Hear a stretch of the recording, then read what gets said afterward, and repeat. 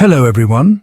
In this video I'll be translating and summarizing the latest Urdu broadcast by Samina Pasha to make it accessible for our English-speaking audience.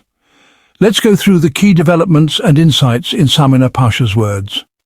Aleema Khan and her other sisters, along with many PTI workers and members, waited outside Adiala for a long time, even until late at night, hoping that their meeting would be arranged. Their wait ended around 5 o'clock in the morning, when the time for meetings officially ended. However, this also served as a silent protest from their side, showing their displeasure at not being allowed to meet. Anyway, their meeting will take place today, and we will tell you why. Along with that, we'll share some updates about the Nepal incident, and there has been a verdict passed in one of the cases related to May 9th. We will let you know who got sentenced and provide other details. There was also a significant discussion about journalists, especially those who are considered to be on the opposite side, speaking against the current regime and its oppression. We will explore how, when these journalists face any kind of mistreatment, silence spreads among the media. All of this will be discussed in today's vlog. I request you to subscribe to the channel if you haven't done so yet. Let me first tell you what happened outside Adiala. As you know, Aleema Khan arrived with her sisters, and they were made to wait for a long time outside Adiala. They walked a long distance on foot, and there were repeated confrontations with the police. In the end, despite all their efforts, their meeting was not arranged. Eventually they decided to stay outside Adiala and waited till late at night. There were a few attempts by the police to remove them from the spot, and many PTI workers were present there in large numbers. These workers were threatened with arrest, and an atmosphere was created where it seemed like something drastic was about to happen, like a crackdown. Journalists covering the event, including many representatives from digital media, were also harassed. After the incident with Tayyab Balok, people were extra alert. We observed that mobile phones, which most journalists use for recording videos, were taken from them. Several journalists were pushed aside to stop them from covering the event. Naturally, with so many people around, you can't confiscate everyone's phones, but they took cameras from the journalists whose identities were known. It's reported that cameras were taken from journalists like Hasnain Rafiq of New Pakistan, Usman Chaudhary, Ata-ur Rehman, and Mukhtar Hussain, among others. These journalists' equipment was not returned, and there are claims that some were even physically assaulted by the police, with pushing and shoving taking place. Despite all this, you will not see any senior journalistic organizations or prominent journalists raise their voice against it. No one will question why the journalists were being stopped from carrying out their professional duties, or what the logic behind these police tactics was. No one will criticize, condemn, or protest this situation. The reason is that people who dislike Imran Khan or PTI think that anything done against PTI sympathizers is justified, and so they remain silent about any injustice faced by these journalists. This is an unfortunate situation that we can see unfolding. The same situation persisted for journalists present outside Adiala. Later, we learned that when the police repeatedly told Aleema Khan to leave and go back, she had discussions with the authorities. It was decided that the workers who had been arrested would be released, and the personal belongings of journalists, like their phones and cameras, would also be returned. Additionally, the police assured her that the meeting would happen in the morning. This was not a special favor. The reason was that the Toshakhana case hearing was scheduled for today in Adiala, and it was mandatory to allow the family to meet at that time. So Aleema Khan decided to leave, and some workers were released. As for the journalists, we're unsure if their phones were returned, but it is important to note that these types of situations happen almost every Tuesday outside Adiala. Yet you won't hear any discussions in talk shows asking why family members weren't allowed to meet or what their hardship is. All these things have become quite obvious. Aleema Khan also mentioned in an interview outside Adiala that while they are being accused of terrorism, they're actually prepared for it. They've even been charged in 70 cases, and despite all that, they continue to face more charges. The intention behind this, you see, is to exhaust them, to tire them out, and to hope They just give up and stop trying to reach out with Imran Khan's message. But Aleema Khan says they won't back down. They will keep fighting, no matter how many more cases they are faced with. Terrorism cases have, well, become a trend now. The real terrorists have been living peacefully for the past year and a half because, honestly, no charges are being filed against them. What we see in the courts are cases involving PTI workers and their protests on May 9th and November 26th, where cases are being made under terrorism laws. Only PTI workers are going through trials in the terrorism courts, while the real terrorists are left untouched. In another case related to May 9th, a verdict was passed today. This was the case involving the burning of the judge's car. Once again, Dr. Yasmin Rashid, Mahmoud Rashid, Ijaz Chowdhury and several other accused were sentenced to 10 years each. Shah Mahmood Qureshi was acquitted once again.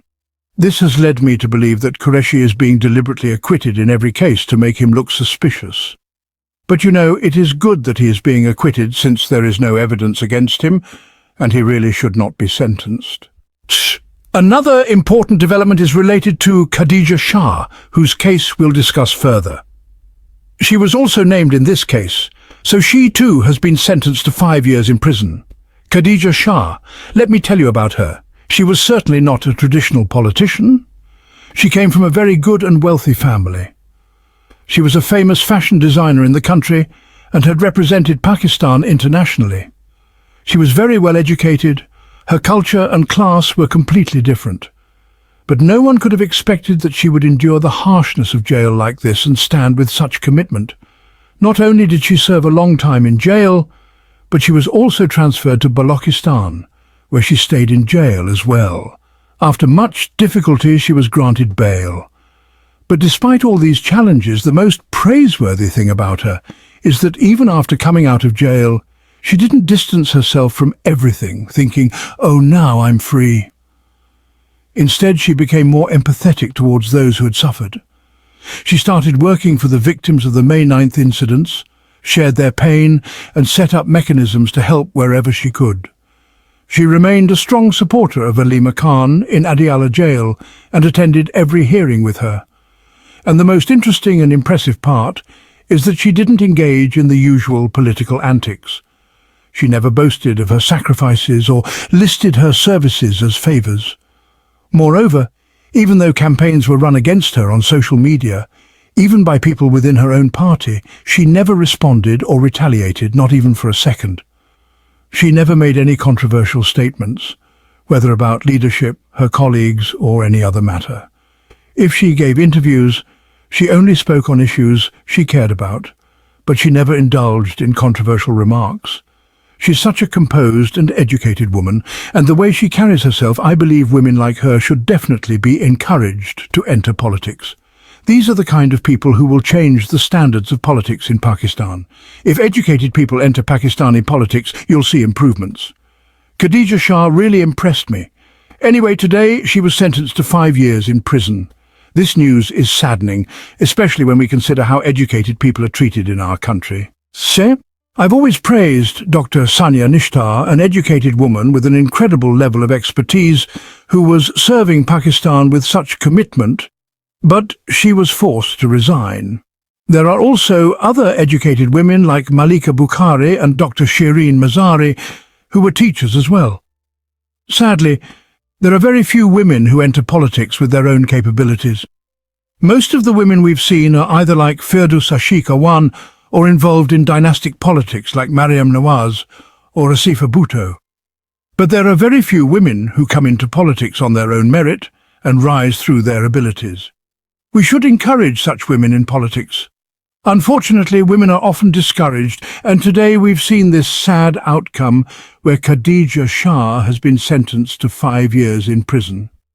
Sanam Javed was also named in this case, but because she had previously not appeared in court due to different cases, she was declared a fugitive. These were the details of the cases.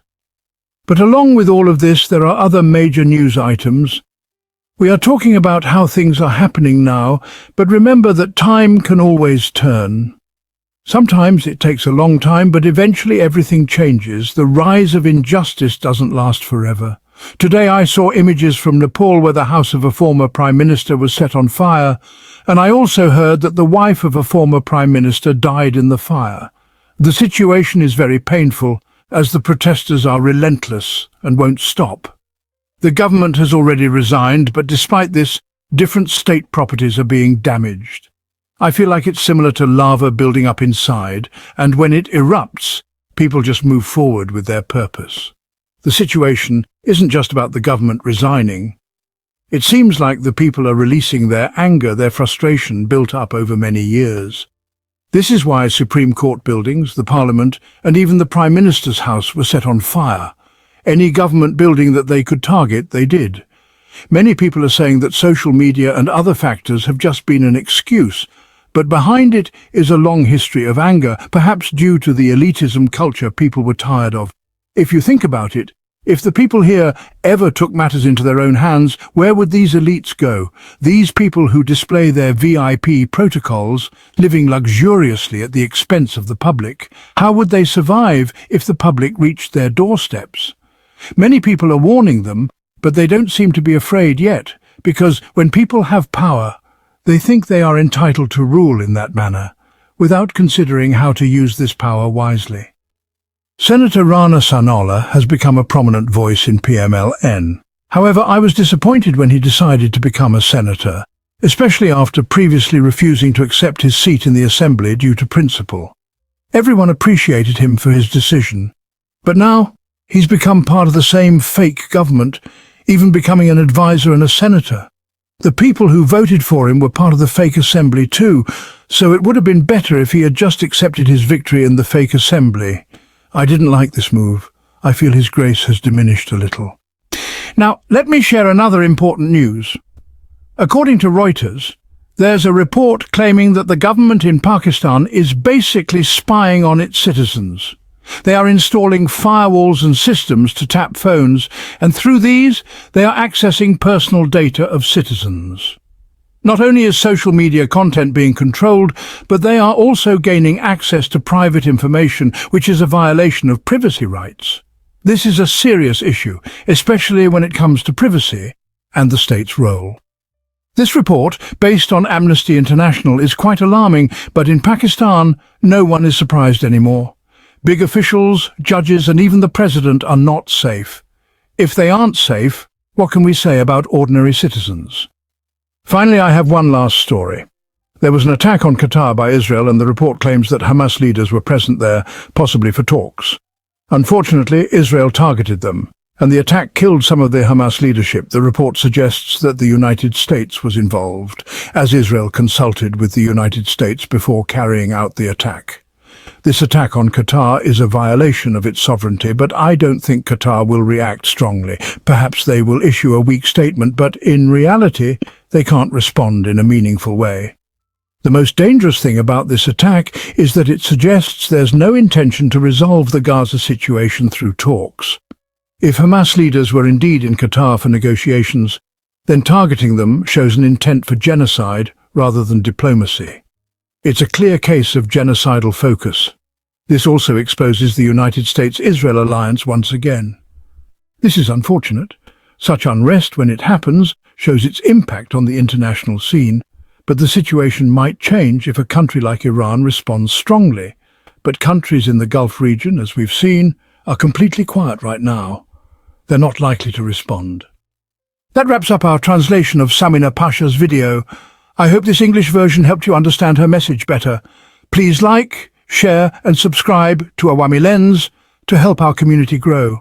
Don't forget to leave a comment below and let me know what you thought of this effort.